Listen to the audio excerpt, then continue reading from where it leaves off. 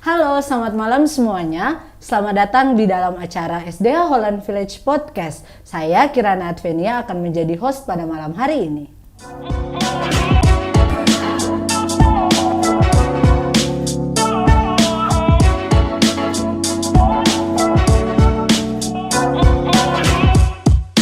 Oke, pada malam hari ini kita kedatangan tamu istimewa nih. Kalau kalian ngikutin dari awal tadi pasti udah bisa tebak sebenarnya narasumber kita pada hari ini siapa begitu ya. Apalagi untuk siswa-siswi yang SMP nih pasti udah kenal banget siapa tokoh atau siapa narasumber kita hari ini. Dia adalah Ibu Fani. Berikan aplausnya buat Ibu Fani. Yang di studio mana suaranya? Ada 1 juta penonton gitu ya Ibu Fani yang siap mendengarkan Ibu Fani pada hari ini. Kalau saya lihat dari wajah Ibu Fani sangat bersukacita begitu menjadi narasumber di di acara kita pada malam hari ini. Sebelumnya saya mau nanya dulu nih Bu, apa kabarnya Ibu Fani? Kabar saya baik Bu, gimana Ibu Kirana? Baik juga, saya udah menduga sih Bu dari senyuman Ibu tuh kayaknya udah terpancar gitu kalau Ibu tuh lagi sangat bersukacita begitu. Nah Ibu kan dalam hari-hari kayak gini pasti sedang lagi sibuk-sibuknya nih dalam persiapan sumatif mungkin, persiapan pembelajaran gitu. Nah para penonton yang ada di rumah mungkin mau tahu juga nih kira-kira selama mereka tidak bertemu dengan Ibu Fani apa sih rutinitas yang sementara Ibu Fani lakukan gitu, dan mungkin ada nggak sih hal-hal baru yang mungkin juga Ibu Fani lakukan gitu? Saya akhir-akhir ini sedang suka mengikuti seminar online Ibu, jadi ada kesempatan untuk kembali belajar begitu meskipun secara virtual. Oke, kira-kira seminar-seminar online yang seperti apa tuh Bu? Misalnya tentang pendidikan kah atau misalnya tentang hal-hal yang lain gitu? Atau apa aja misalnya? Nanti di hari Kamis ini saya mengikuti seminar AI. Apakah AI ini sesuai tidak dengan kehendak Tuhan atau apa dampak-dampaknya bagi manusia seperti itu. Dan ini juga berhubungan sih Bu dengan materi pembelajaran saya untuk kelas 9 tentang modernisasi. Oke, berarti Ibu Fani juga tetap berusaha buat belajar nih ya meskipun dalam kondisi yang tidak bisa bertatap muka secara langsung begitu. Nah Ibu, kita tahu ya masa sekarang itu bukan masa yang mudah gitu buat siapa aja gitu ya. Nah kira-kira ada nggak sih Bu hal-hal yang mungkin tetap menjadi sukacita buat Ibu atau menjadi semangat buat Ibu dalam menjalani hari-hari Ibu sebagai pengajar maupun sebagai orang yang ya hidup di dalam kondisi yang seperti ini? Oke, saya sukacita Bu kalau sedang mengajar. Apalagi kalau anak-anak mau membuka kamera Bu. Wah itu saya senang sekali karena saya merasa bahwa saya nggak ngajar layar tapi saya mengajar mereka meskipun mereka terlihat secara virtual begitu. Jadi saya suka ketika mengajar dan anak-anak membuka kamera. Oke, saya juga setuju sebenarnya apa yang disampaikan oleh Ibu Fani begitu ya. Jadi buat anak-anak yang ada di rumah sebenarnya itu bukan hanya curahan hati Ibu Fani sebenarnya. Itu juga adalah curahan hati dari para guru-guru kalian. Jadi tenang aja kalau mau kasih hadiah atau mau kasih satu hal yang buat guru-guru kalian bersukacita dan bahagia, cukup dengan menyalakan kamera dan mengaktifkan mikrofon kalian ketika guru-guru kalian bertanya saat proses pembelajaran berlangsung. Betul Ibu. Oke Bu, kalau kita flashback lagi ya, beberapa hari yang lalu kita itu memperingati satu momen buat bangsa ini gitu, yaitu Hari Pahlawan di 10 November.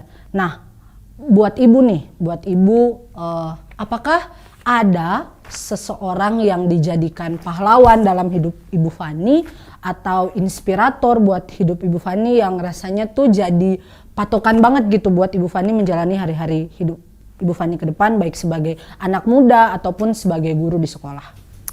Kalau secara spesifik nama orang siapa begitu, jujur saya tidak memiliki Bu, tapi buat saya orang-orang di sekitar saya dari sikap-sikap positif mereka yang mereka tunjukkan itu mempengaruhi saya. Bisa saya berikan contohnya ya Ibu, saya juga mengidolakan Ibu Kirana kok dengan sikap positif Ibu Kirana yang selalu menunjukkan keceriaannya.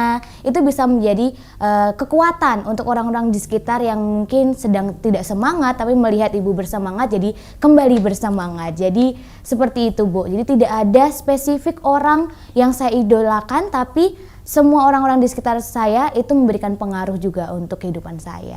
Oke, rasanya saya jadi berbunga-bunga gitu ya disanjung sama Ibu Fani gitu ya. Tapi menarik sih mendengar jawaban dari Ibu Fani gitu. Kalau saya boleh melihat lebih dalam jawaban dari Ibu Fani itu, saya bisa menyimpulkan bahwa sebenarnya kalian pun para siswa yang ada di rumah, bahkan Bapak Ibu orang tua juga itu bisa menjadi pahlawan dalam kehidupan Ibu Fani kayak gitu. Karena pastinya ada dampak-dampak baik yang diberikan oleh Bapak Ibu ataupun para siswa kepada kehidupan Ibu Fani begitu.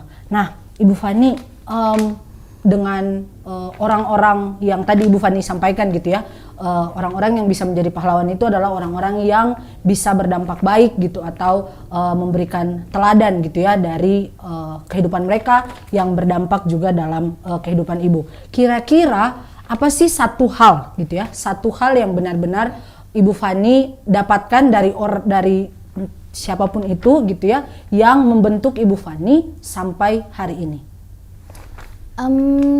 Kalau di lingkup sekolah itu guru-guru, rekan-rekan kerja itu ada Bu, sisi-sisi positif yang saya ambil yang bisa mempengaruhi kehidupan saya. Kalau dari keluarga juga ada nilai-nilai positif yang ditanamkan dari orang tua saya yang juga mempengaruhi kehidupan saya. Jadi itu Bu yang bisa saya mungkin sebutkan, kayak tadi contohnya Ibu Kirana seperti itu. Oke, berarti kalau kita melihat Ibu Fani yang sekarang, maka kita bisa percaya bahwa itu bukan hanya Ibu Fani sekarang gitu, tapi pasti orang-orang, ada banyak sekali orang di balik seorang Ibu Fani gitu yang mempengaruhi kehidupannya Ibu Fani gitu. Oke Bu, kita mungkin lanjut sedikit ya dari pembahasan kita tentang tokoh inspirator begitu. Nah, gimana sih menurut Ibu sebagai anak muda, sebagai guru mungkin ya, sebagai warga negara juga melihat kondisi bangsa kita yang sekarang ini begitu?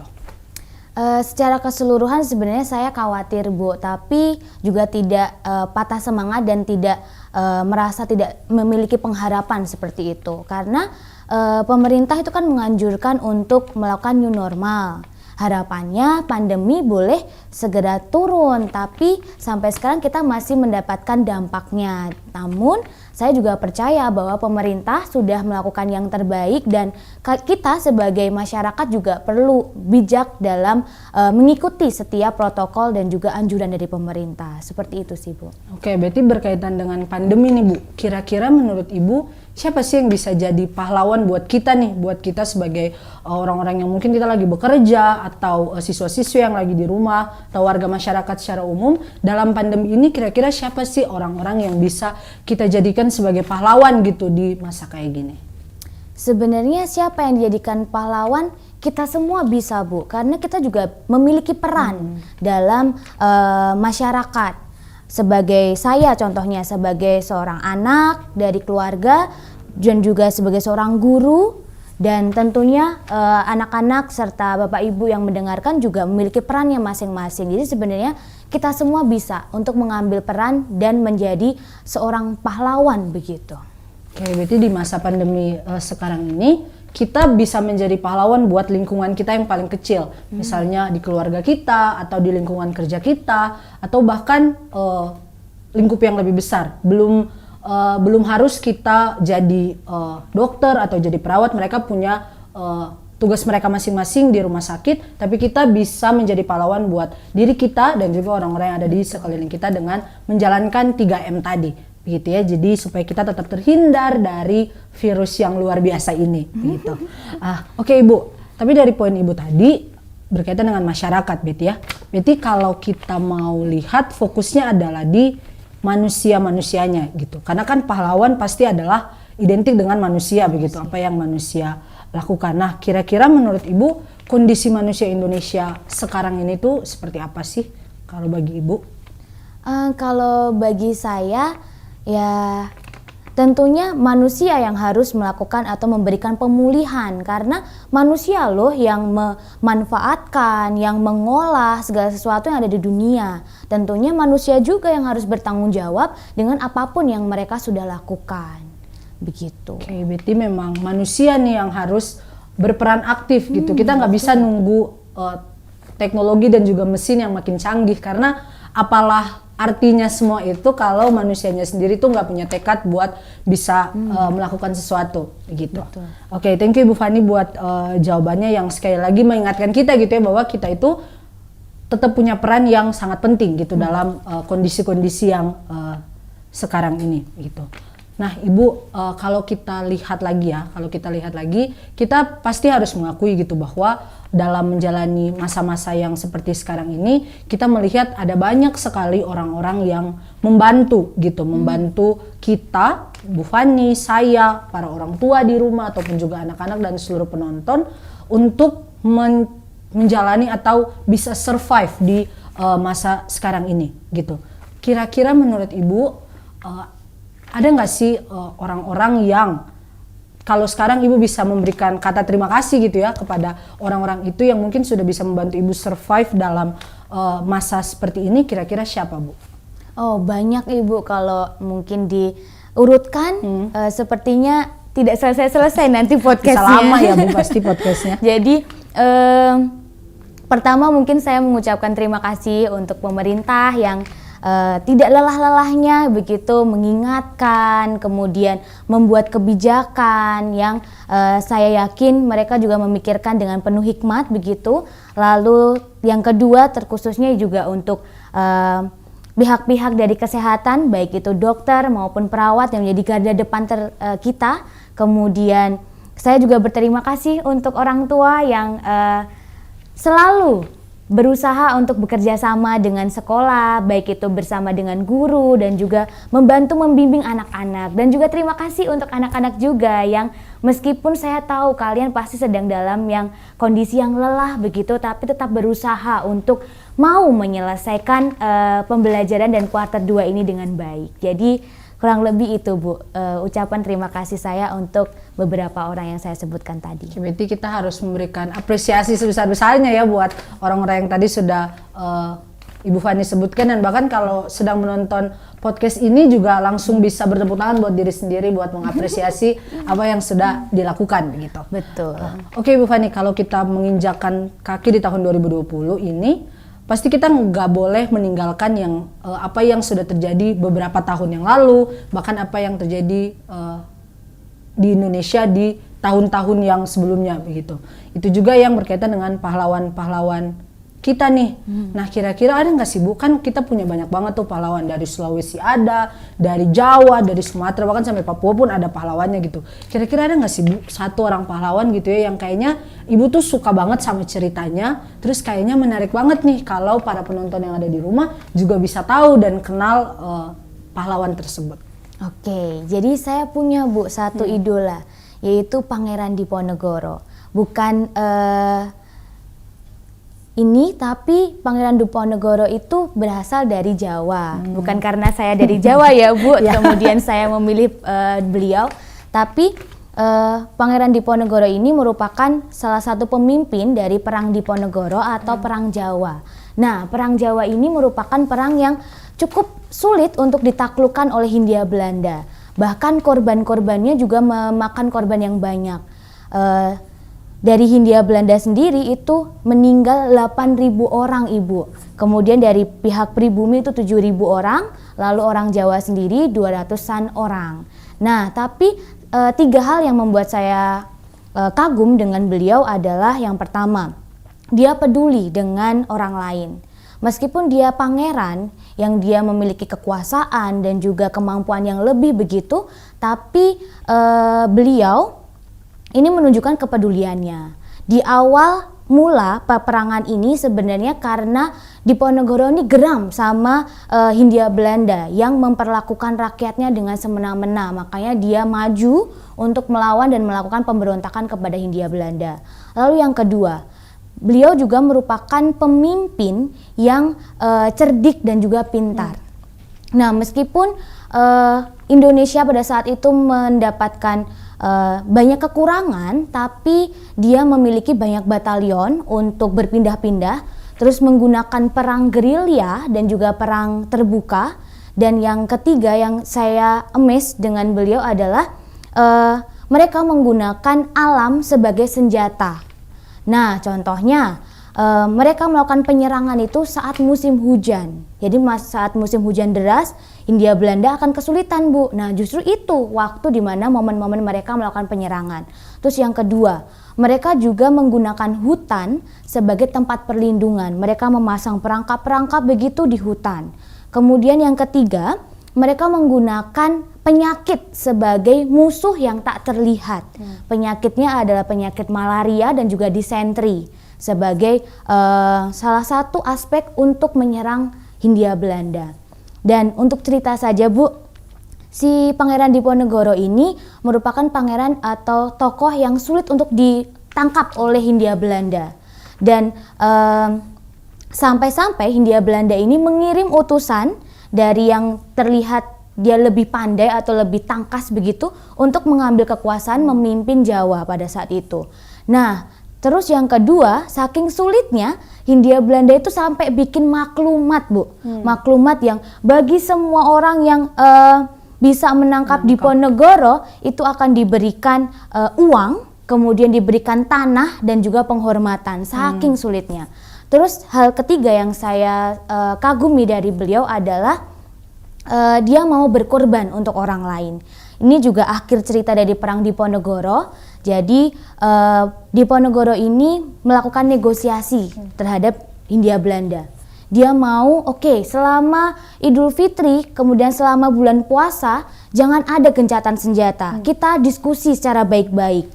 Nah, awalnya Hindia Belanda mau nih, tapi di pertemuan ketiga Hindia Belanda tidak mau dan mengingkari janjinya. Ditangkaplah si Diponegoro itu. Kemudian dia menyerahkan diri tapi dengan satu syarat.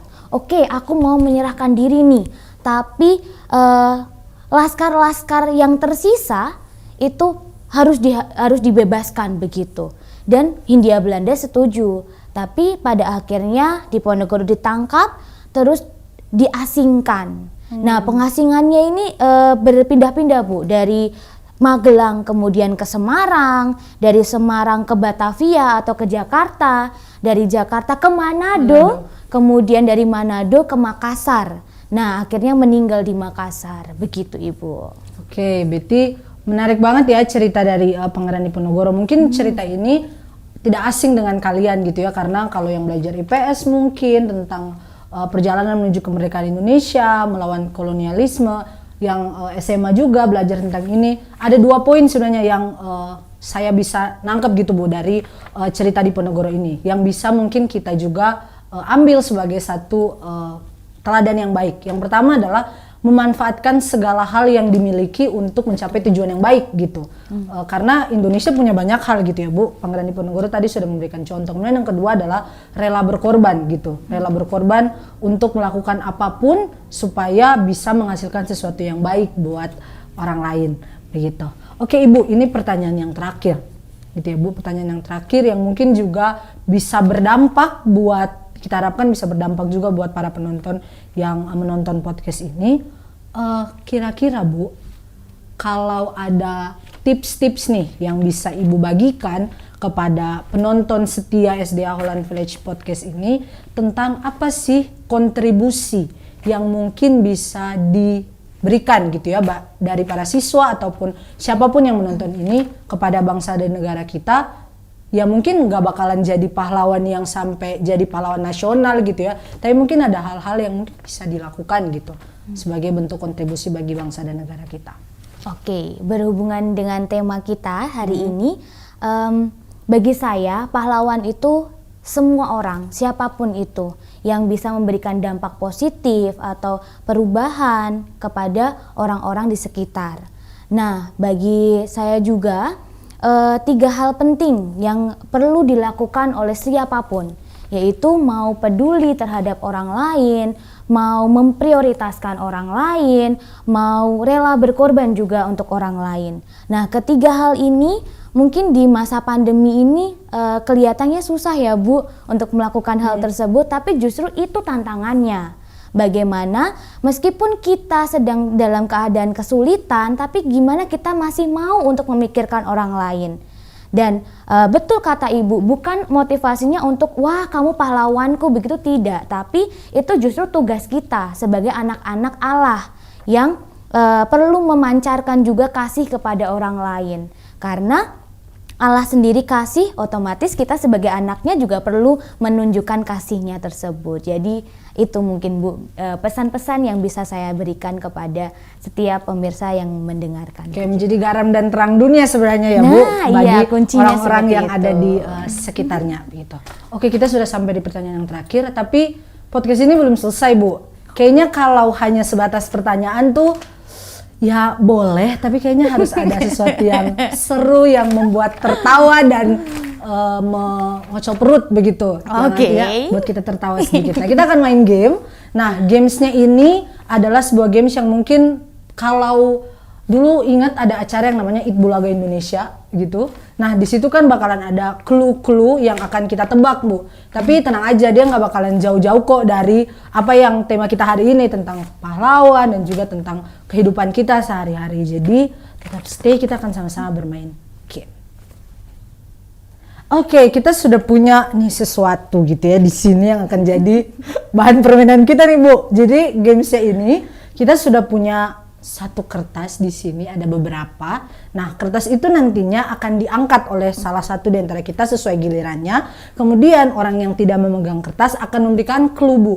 Jadi orang yang memegang kertas itu akan menjawab apa sih isi dari kertas itu berdasarkan clue yang disampaikan oleh orang lain yang tidak menggunakan kertas. Apakah Ibu sudah siap? Siap Ibu. Oke, yang di rumah siap untuk menonton? Oke, kita mulai saja ya. Kita mau sweet dulu nggak Bu? Sweet dulu, siapa yang mulai duluan? Atau mau Ibu boleh, dulu? Kita sweet aja Iya. Bu. Apa ya model ini yang Batu gunting kertas saja. Oke, 1, 2, 3. Oke, saya Ibu. Oke, berarti saya yang berikan clue atau Ibu saja yang memberikan clue. Oke, berarti silakan Ibu. Oke, saya deg-degan Kebalik Bu, kebalik. Kebalik. Oke. Ibu, oke.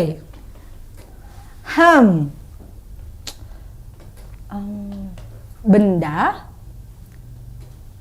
perang. Benda terus berkaitan dengan perang. Benda berkaitan dengan perang. Ya. Bom, Bukan. ranjau, Bukan. kapal, Sejenis. kapal militer, Bukan. 4 huruf Bu, 4 huruf. kapal 4 huruf.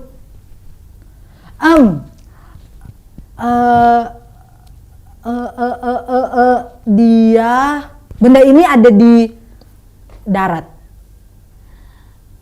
tank. Ya betul.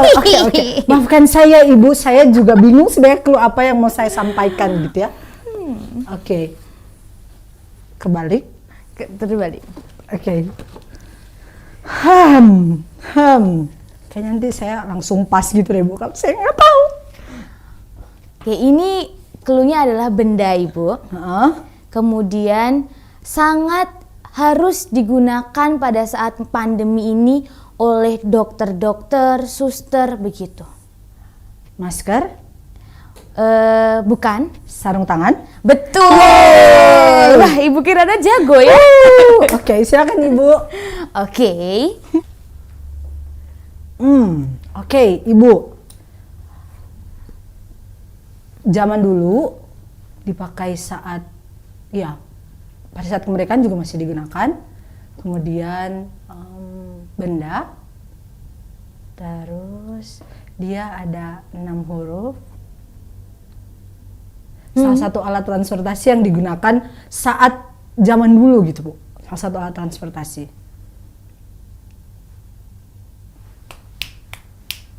Becak. Bukan. Delman. Bukan. Sepeda. Betul. Oke. Jadi kalau kita lihat itu sepedanya tuh sepeda yang zaman dulu banget ya. Gitu. Iya, Mungkin bisa betul, ditunjukkan ke kamera Ibu. Nah, itu sepedanya tuh sepeda yang seringkali digunakan oleh orang pada zaman dulu gitu. Jadi bentuknya aja tuh sepeda seperti itu. Kalau kita berkunjung ke Monas misalnya, ke Kota Tua, akan bisa melihat banyak sepeda ini. Oke, ini juga sering Bu, masih bisa dilihat di Jogja. Iya, benar. Kemudian di Semarang, di Kota Tua juga masih ada ini. Oke, sip. Saya berarti gilanya Bu. Aduh, saya deg-degan banget sih Ibu. Saya kayaknya kosakata saya kurang gitu ya Bu. Wah, ini adalah sebuah senjata yang terkenal sekali sebagai sebuah modal yang meskipun dia sederhana, tapi ini kekuatan untuk melawan musuh begitu. Sederhana Bu, tapi bisa. Terbuat dari kayu. Sejenis. Tombak. Bukan. Ayo Bu. Apa ya? Terkenal Ibu. Biasanya kalau dibilang, wah Indonesia nih meskipun memakai senjata ini tapi dia bisa ya, berhasil ya, begitu. Parang. Bukan. Itu udah ini banget ya? Iya, dulu banget. Warnanya ini hijau, agak ada juga yang kuning. Dan terbuat dari alam, dari tumbuhan. Terbuat dari tumbuhan? Iya, bukan besi atau apapun itu. Kayaknya saya pas aja deh Bu, saya kayaknya nggak ada clue-nya gitu. Oke, sip. Itu adalah apa coba Bu? Bambu runcing. Oke. Bambu runcing ini kalau di Maluku itu terkenal banget sih, mereka pakai ini. Saya juga tadi nggak kepikiran, saya mikirnya justru tombak gitu ya. Padahal ini dulu dipakai sebenarnya buat pahlawan-pahlawan zaman dulu, pakai bambu runcing gitu buat melawan para penjajah. Oke. Silakan Ibu. Oke, giliran saya ya Bu. Aduh. Oke, ini digunakan zaman dulu Ibu. Sampai sekarang juga sebenarnya Indonesia masih punya gitu. Tapi ini tuh kayaknya digunakan ya saat upaya untuk melindungi laut. Melindungi laut kita dari para penjajah atau para pencuri. Benteng? Bukan. Melindungi laut. Melindungi laut, Bu.